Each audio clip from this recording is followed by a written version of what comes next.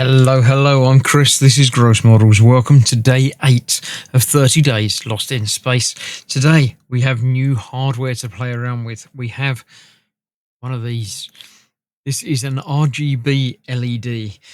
It's basically 3 LEDs in one. There's a red, a blue, and a green, hence RBG. RGB, red, green, blue. That's the order they say, yes, so it's got 4 legs. Now, there are 2 different types of RGB LED, and I don't know which one this is. For whatever reason, they both look identical. I would have made them different, but I'm not manufacturing them. Basically, the difference is whether this long leg here, the one that's longer than all of the others, is either the positive and the rest of them are negatives, or the negative and the rest of them are positives. I don't know why there are differences between. Well, I know why there are differences, but for whatever reason, I don't think it's possible to tell in any other way of looking at it which one's which. So basically, you've got to wire it up, see if it works. If it doesn't work, you've got to plug it the other way around. Well, not just you can plug it the other way around, but we're going to have to change the coding to adapt to what we're actually sending it, if you know what I mean. But we'll worry about that down the line. I've watched some of the video and looked at the coding, but I'll show you the first bit of the video as well, and we'll see exactly what it is that Astrid wants us to do today.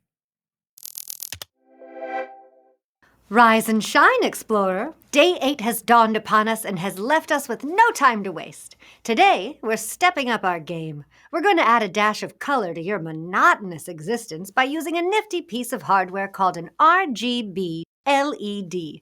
Allow me to explain. RGB LED stands for red, green, blue, light-emitting diode. What this LED does is allow us to produce virtually any color on the spectrum by controlling the intensity of the 3 colors.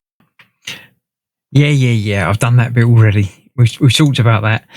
This is where she says about them being 2 different types, although she doesn't really mention that there are 2 different types. But yes, pulse width modulation, that's the other thing that we've got to learn about today.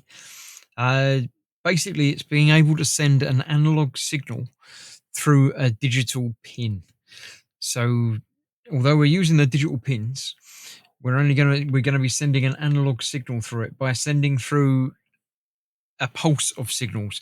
If you send through enough signals quickly enough, the LED basically won't have time to turn off before it gets turned back on again.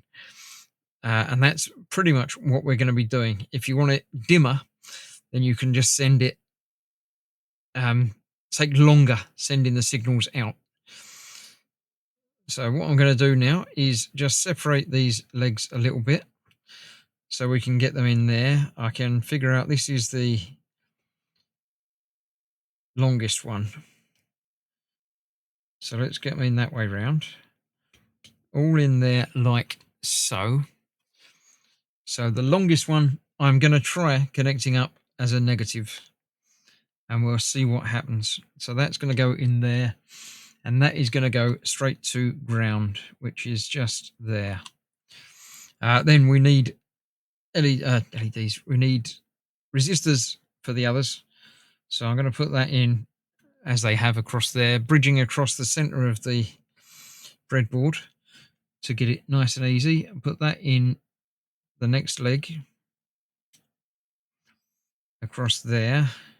I am actually going to move this along a little bit as well, rather than going directly down to the next one, just to give me a bit more room to plug wires in and make it work better. So we've got that one there, that one there, and that one there.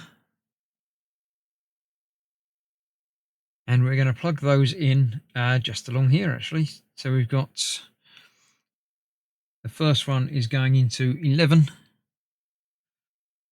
which is there, and then 10 there, and then 9 there. So assuming all these cables are okay, and I've plugged them all into the right places, and I've wired this up correctly, we should be able to run the code as is, and we'll see that it works. So let me plug it in, send the code across, and see if it works. If not, I'll figure out what I've got to change to get it working. Well, as you can see, it's working. One LED producing several different colours. We've got yellow, purple in there, red, green, blue, yellow, sort of cyan maybe. I don't know. I'm not very good with colours. But it's definitely producing colours in different ways. So let's have a look at the code and we'll try and figure out what it's doing, why it's doing it. Day A, adding some colour to this dark place. Previously, we used different colour LEDs to require more output. A desired colour different from the colours, a more flexible one. So yes, we can have lots of different colours from there. So what we are doing, including Arduino H, yeah, we knew about that. That's pretty normal. Each colour is controlled with a different pin on the board. Only pins 3, 5, 6, 9, 10 and 11 support pulse width modulation. So make sure you use the right pins for the right functions.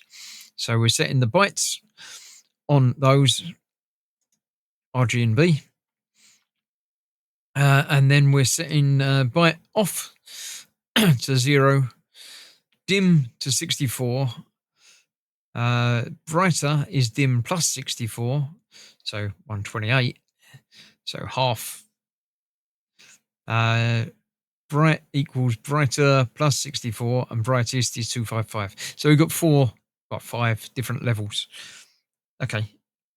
Yeah, so that red there was actually just using, so I'll keep looking at it and going a bit blind. That red was using different pulse levels. I don't know if the other colours are, but that red off steps up in brightness. Okay, so the void setup, we're setting the pin mode. The red, green, and blue pins are all outputs. Okay, understandable so far. Right, and then the loop. We're setting the loop up. We've got display color, which is another function that we've set up, a new void function. We'll go and look at that in a minute. Right, display color, off, off, off. Everything's off. Okay. We're delaying for the color delay, which we'll worry about in a minute. Oh, it's actually got, that comes up with details. Right, okay.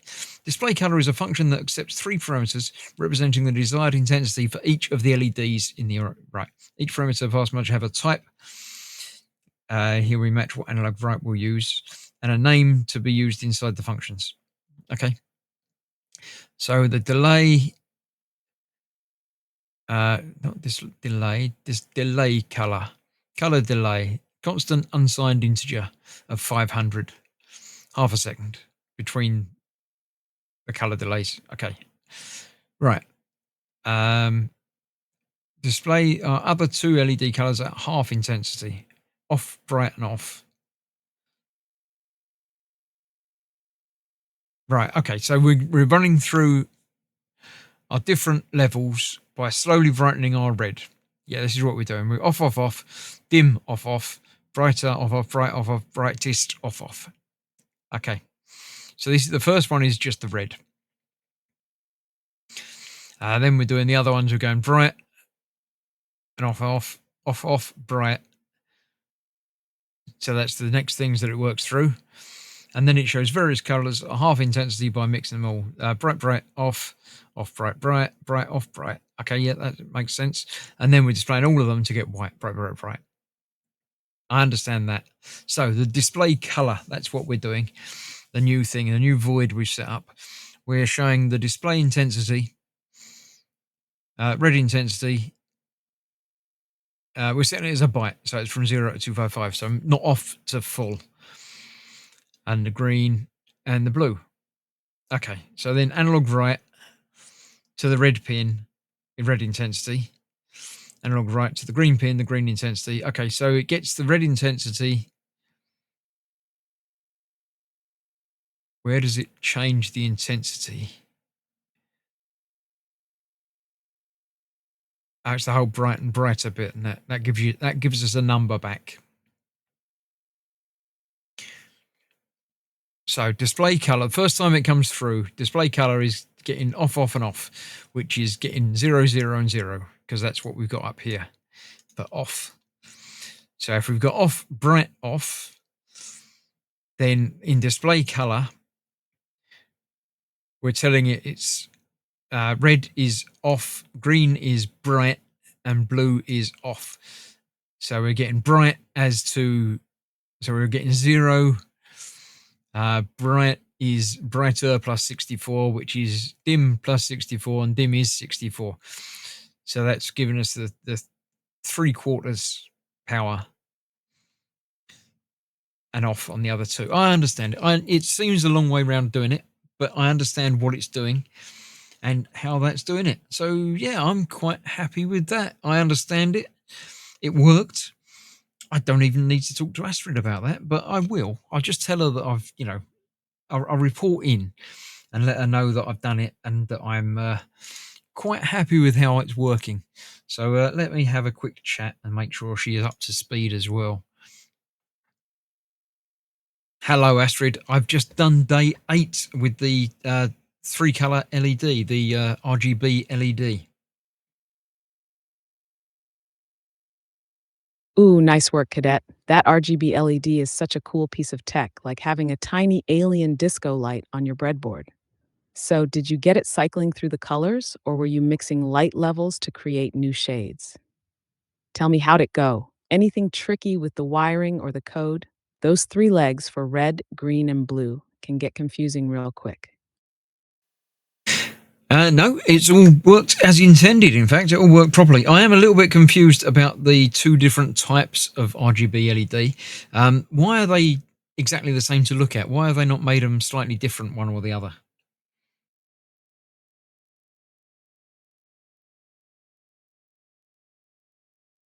Ah, Cadet.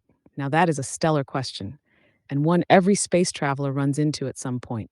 You're talking about common anode versus common cathode RGB LEDs, right? They look identical because, well, manufacturers love keeping us on our toes. So here's the deal: both versions have 4 legs, both can light up red, green, and blue, but the wiring logic flips. Common cathode. All the negative sides of the LEDs are tied together. You connect that common pin to ground, then send power to the color pins to light them up. Common anode. All the positive sides are tied together. You connect that common pin to 5 volts and then pull the color pins low to light them up. Why don't they make them look different? Honestly, probably cost cutting and manufacturing simplicity. It's cheaper to crank out identical casings. Instead, they expect us to check the datasheet or, just test it like the daring cadets we are. Want to know a quick trick to tell them apart if you're stuck with a mystery RGB? Oh yes, definitely. What's the is it just going to be put power through it?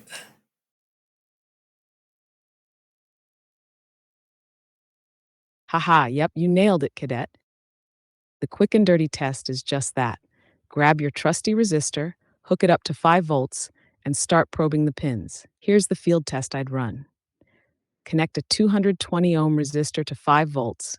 You don't want to fry your LED. Stick the common pin of the RGB LED to ground first. If lighting up red, green, or blue works when you touch 5 volts to each color pin through the resistor, boom, it's common cathode. If nothing lights, flip it. Connect the common pin to 5 volts and try grounding each color pin through the resistor. If that works, it's common anode. Super basic, no datasheet needed. Just you, a resistor, and a healthy sense of curiosity. Want to give it a try? Or are you already staring at your LED, wondering which sneaky kind you've got? It's already working and lit up bright, nice and working properly. That will be doing me for today. So thank you very much, Astrid. I'll see you for day 9 very soon. Ah, music to my circuits, cadet. Bright, working, and mission successful. Exactly what I love to hear. You're moving through these repairs like a pro. Rest up, and when you're ready for day 9, I'll be right here, ready to guide you through the next cosmic challenge. Safe travels and keep that RGB glowing strong. Well, there we go. There we have it. Day 8 completed. I'll see you for day 9 very soon when we're going to be doing something else. I don't know what. Let's have a quick look and see if I can tell you what's going to happen in day 9. Day 9 is entitled A Better Way to Do Things. So we're doing the same thing again. We've got the RGB LED as well, but we've got a photo resistor to add to it as well. So yeah, I'll be doing that very soon. But for now, thank you for watching. I hope you've enjoyed day 8. I'll see you for more soon. Bye bye for now.